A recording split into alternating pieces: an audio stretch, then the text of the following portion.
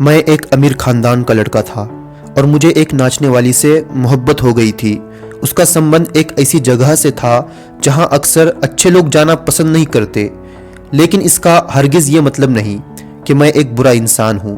बस मैं एक अच्छा काम करना चाहता था, किसी को पापों की ज़िंदगी से निकाल कर उसे एक अच्छी ज़िंदगी देना चाहता था। हुआ कुछ यूँ था, एक बार मेरे कुछ दोस्त मुझे एक बहुत बड़े शहर ले गए, एक ऐसी जगह जहाँ पर कई औरतें पैसों के बदले अपनी इज्जत बेचा करती थी।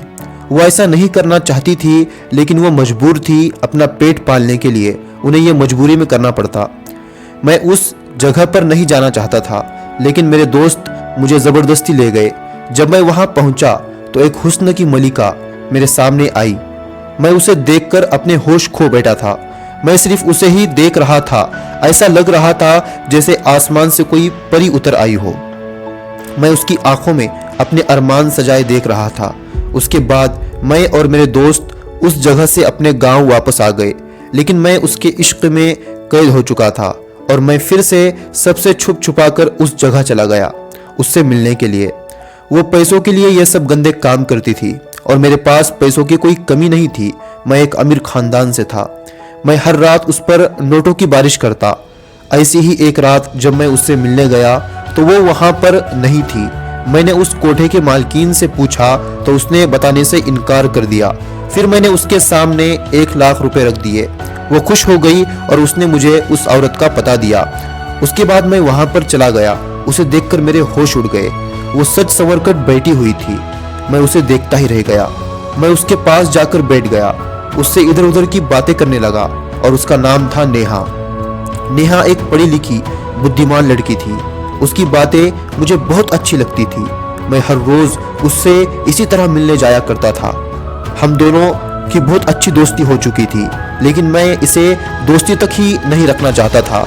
एक दिन मैंने उसे अपने दिल की बात कह दी। उसने मुझे वही जवाब दिया जो मैं उससे सुनना चाहता था। फिर मैंने उससे कहा, यह सब छोड़ दो, इस पाप की जिंदगी से निकलो और मेरे साथ एक अच्छी जिंदगी बिताओ।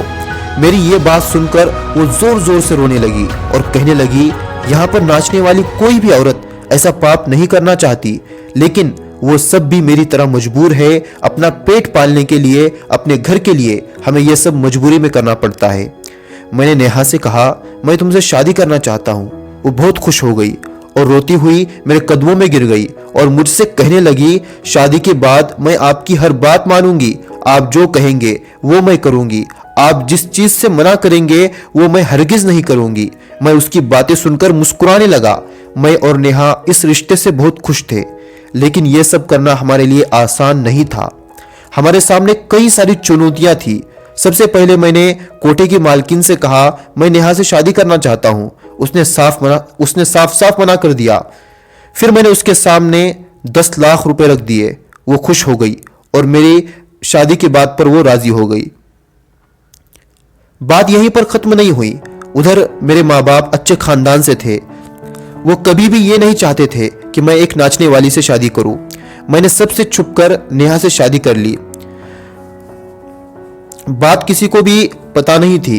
कुछ दिन मैं इसे राज रखना चाहता था, इसलिए मैंने नेहा को जब तक एक अच्छे होटल में रखा था।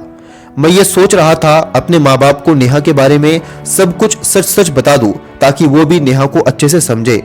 मैं उनकी इकलौती औलाद हूँ, मुझसे वो बहुत मोहब्बत करते हैं। मैंने और नेहा ने एक होटल में अपनी ज़िंदगी शुरू कर दी। हम दोनों एक दूसरे को पाकर बहुत खुश थे। हमारी ज़िंदगी बहुत अच्छी तरह से गुजर रही थी, लेकिन फिर वो हुआ जिसके बारे में मैंने कभी सोचा नहीं था। मैं बाहर काम पर जा रहा था। नेहा का मुझे फ़ोन आया। उसने मुझे कहा, मुझे मार्केट जाना है। मैंने उसे इजाज़त दे दी, लेकिन मैं काम से घर आने के बाद भी नेहा घर पर नहीं थी। मैं बहुत परेशान हो गया। मुझे नहीं पता था कि अब वो कहाँ है। मैं उसे ढूंढने के लिए निकल ही रहा था। इतने में मुझे अस्पताल से फ़ोन आया, आपकी पत्नी का एक्सीडेंट हुआ है और वो कोमा में चली गई है। ये सुनकर मुझे बहुत बड़ा झटका लगा। मैं फौरन अस्पताल पहुंचा।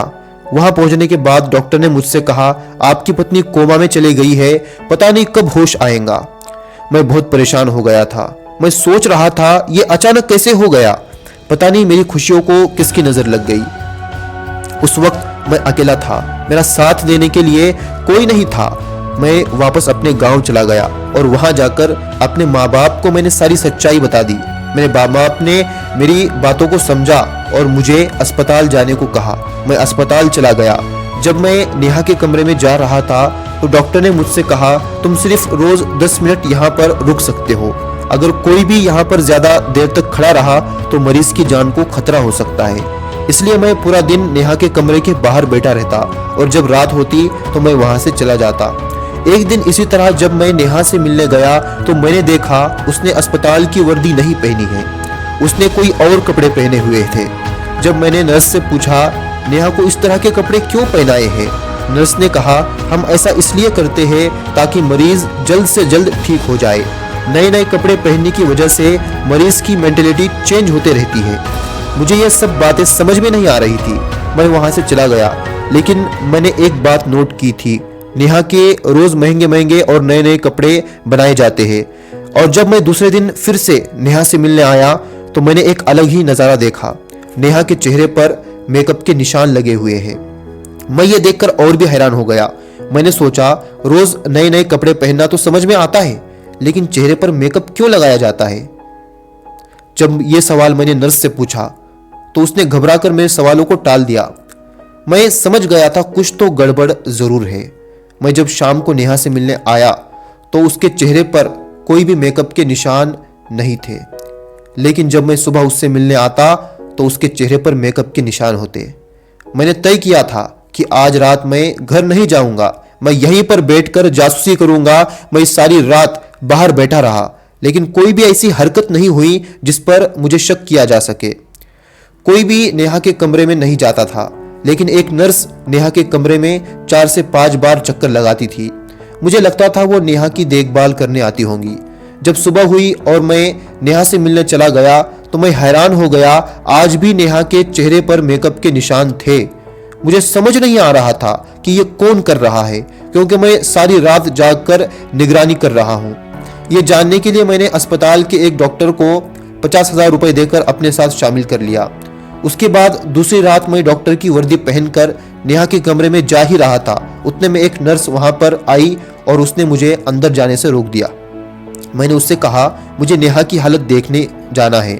जब मैं अंदर चला गया तो मेरे पैरों तले जमीन खिसक गई। मैंने देखा कि नेहा अपने बेड पर नहीं है। मुझे समझ नहीं आ रहा था नेहा कोमा में होते हुए भी कहां चली गई। मैं उस नर्स के पास चला गया और उससे पूछा कि नेहा कहां चली गई। वो मुझे डॉक्टर ही समझ रही थी। उसने मुझसे कहा, इतना भोले मत बनिए, आप भी तो सब कुछ जानते हैं, क्योंकि वो डॉक्टर भी नर्स के साथ मिला हुआ था। मुझे कुछ समझ नहीं आ रहा था कि ये लोग क्या बातें कर रहे हैं। मुझे फिर से अपने कपड़े पहनने पड़े और मैं कमरे के बाहर बैठ गया। मैं ये देखना चाहता था कि नेहा वहां से वापस कब आती है, लेकिन सुबह के 9 बज गए, नेहा वापस नहीं आई। जब मैंने कमरे का दरवाजा खोला तो मैंने देखा नेहा अपने बेड पर सोई हुई है। मुझे कुछ भी समझ नहीं आ रहा था। कल रात नेहा अपने बेड से गायब थी, लेकिन आज उसके कपड़े बदले हुए थे, उसके चेहरे पर मेकअप के निशान भी थे। मुझे पक्का यकीन हुआ इसके पीछे बहुत बड़ी साजिश है। मैं फिर से नेहा से मिलने के लिए उसके कमरे में चला गया। मुझे पता था 10 मिनट बाद कोई ना कोई डॉक्टर मुझे बाहर निकालने के लिए जरूर आएगा, और ऐसा ही हुआ। 10 मिनट बाद एक डॉक्टर वहां पर आया। उसने मुझसे कहा, आपको यहाँ से जाना होगा। मरीज के पास ज्यादा देर रुकना मरीज के जान को खतरा हो सकता है। मैं डॉक्टर से कहा, मैं बाहर जा रहा हूँ, आप मेरी पत्नी का अच्छे से ख्याल रखिए, और उसने मुझे यकीन दिलाया। मैं अपने घर वापस आया। मुझे समझ नहीं आ रहा था ऐसा कौन कर रहा है। शाम हो गई, मैं फिर से अस्पताल आ गया।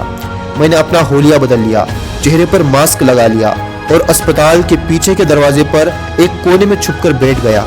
और फिर जो मैंने देखा उसे देखकर मेरा दिल बैठ गया। मैंने देखा नेहा अपने कदमों पर चलकर अस्पताल से बाहर आ रही है और एक बहुत बड़ी गाड़ी आती है और नेहा उसमें बैठकर चल जाती है। मुझे बहुत गुस्सा आ रहा था, लेकिन मुझे हकीकत भी पता करनी थी, इसलिए मैं उसके गाड़ी का पीछा करते करते उसके पीछे चला गया। और मैंने देखा कि वो कहाँ चली गई, जहां से मैंने उसे पहले लेकर आया था। वो फिर से दूसरों के लिए अपनी इज्जत बेचने लगी। मुझे उस पर बहुत गुस्सा आ रहा था। जब मैं नेहा के कमरे में गया तो मैंने देखा वो नाच रही है। मेरा जी चाह रहा था कि मैं उसे जोरदार थप्पड़ लगा दूं, लेकिन मैंने सब्र किया। मैं जानना चाहता था कि नेहा ने ऐसा क्यों किया। वो लोगों के सामने नाच रही थी। बहुत रात हो चुकी थी। सब लोग अपने घरों पर जाने लगे। नेहा भी वापस अस्पताल के लिए निकल ही रही थी कि मैं उसके सामने आकर खड़ा हो गया। मैंने अपना भेष बदल लिया था और चेहरे पर मास्क भी लगाया था, इसलिए मुझे कोई पहचान नहीं सकता था। जब मैंने चेहरे पर से मास्क हटाया तो नेहा मुझे देखकर बहुत डर गई। मैंने नेहा से रोते हुए कहा, तुमने मेरे साथ ऐसा क्यों किया? मुझे धोखा क्यों दिया? मेरे साथ ऐसा क्यों किया? मैं तुम्हारे लिए क्या कुछ नहीं किया। मैंने तुम्हारे लिए अपने माँ बाप का दिल दुखाया, लेकिन तुमने मेरे बारे में जरा भी नहीं सोचा। नेहा रोते हुए बोली, ऐसा मत बोलिए, मैं ये सब कर रही हूं। मैं ये सब नहीं करना चाहती, लेकिन मैं मजबूर हूं। मैंने गुस्से में आकर उससे पूछा, ऐसी कौन सी मजबूरी है बताओ? उसने कहा, तुम मेरी जिंदगी में आने से पहले तुम्हारे जैसा ही एक अमीर आदमी मेरी जिंदगी में था। मैं उसी के लिए नाचती थी। वो मुझ पर पानी की तरह पैसा बरसाता था। ऐसा समझ लो उसने मुझे खरीद ही लिया था, लेकिन कुछ दिनों बाद वो गायब हो गया। लेकिन उस समय वो मेरे लिए पैसा भेजता था, लेकिन कुछ समय बाद उसने पैसे भेजना भी बंद कर दिया। मैंने और मेरे मालकिन ने उसका बहुत इंतज़ार किया, लेकिन वो नहीं आया और ना ही उसका कोई पता था। इसलिए मैंने सबके सामने नाचना शुरू कर दिया और इसी बीच मेरी मुलाकात तुमसे हुई। हम दोनों की शादी होने से कुछ ही दिनों के बाद वो फिर से वापस आ गया और जब उसे पता चला मैंने तुम्हारे साथ शादी की है तो वो बहुत गुस्से में आ गया और उसने मेरे मालकिन से कहा, अगर नेहा मेरे सामने नहीं नाची तो मैं उसके पति को और तुम्हें जान से मार दूंगा। मैं घबरा गई। मैं ये कैसे बर्दाश्त कर लेती? तुम्हारी जान बचाने के लिए मुझे ये मजबूरी में करना पड़ा, इसलिए मैंने एक्सीडेंट का झूठा बहाना बनाया। मुझे अस्पताल के डॉक्टरों को और नर्सों को अपने साथ मैंने शामिल कर लिया। जब आप मुझे 10 मिनट के लिए मिलने आते तो मेरे दिल को तसल्ली हो जाती कि आप ठीक तो हैं। फिर मैंने नेहा से कहा, क्या तुम उस आदमी के साथ रहना चाहती हो? उसने कहा, हरगिज़ नहीं। जो मोहब्बत आप मुझे करते हैं वो मुझे और कोई नहीं करता। मैंने नेहा से कहा, अगर तुम ये बात मुझे पहले बता देती तो मैं इसका कोई ना कोई हल निकाल लेता। उसके बाद मैंने उस आदमी के खिलाफ FIR दर्ज कराई और उसे पुलिस उठा ले गई। अब मैं और नेहा दोनों अपने गांव वापस चले गए। मेरे माँ बाप ने भी हमें दिल से अपना लिया था। हम दोनों एक बहुत अच्छी खुशी की ज़िंदगी गुजारने लगे।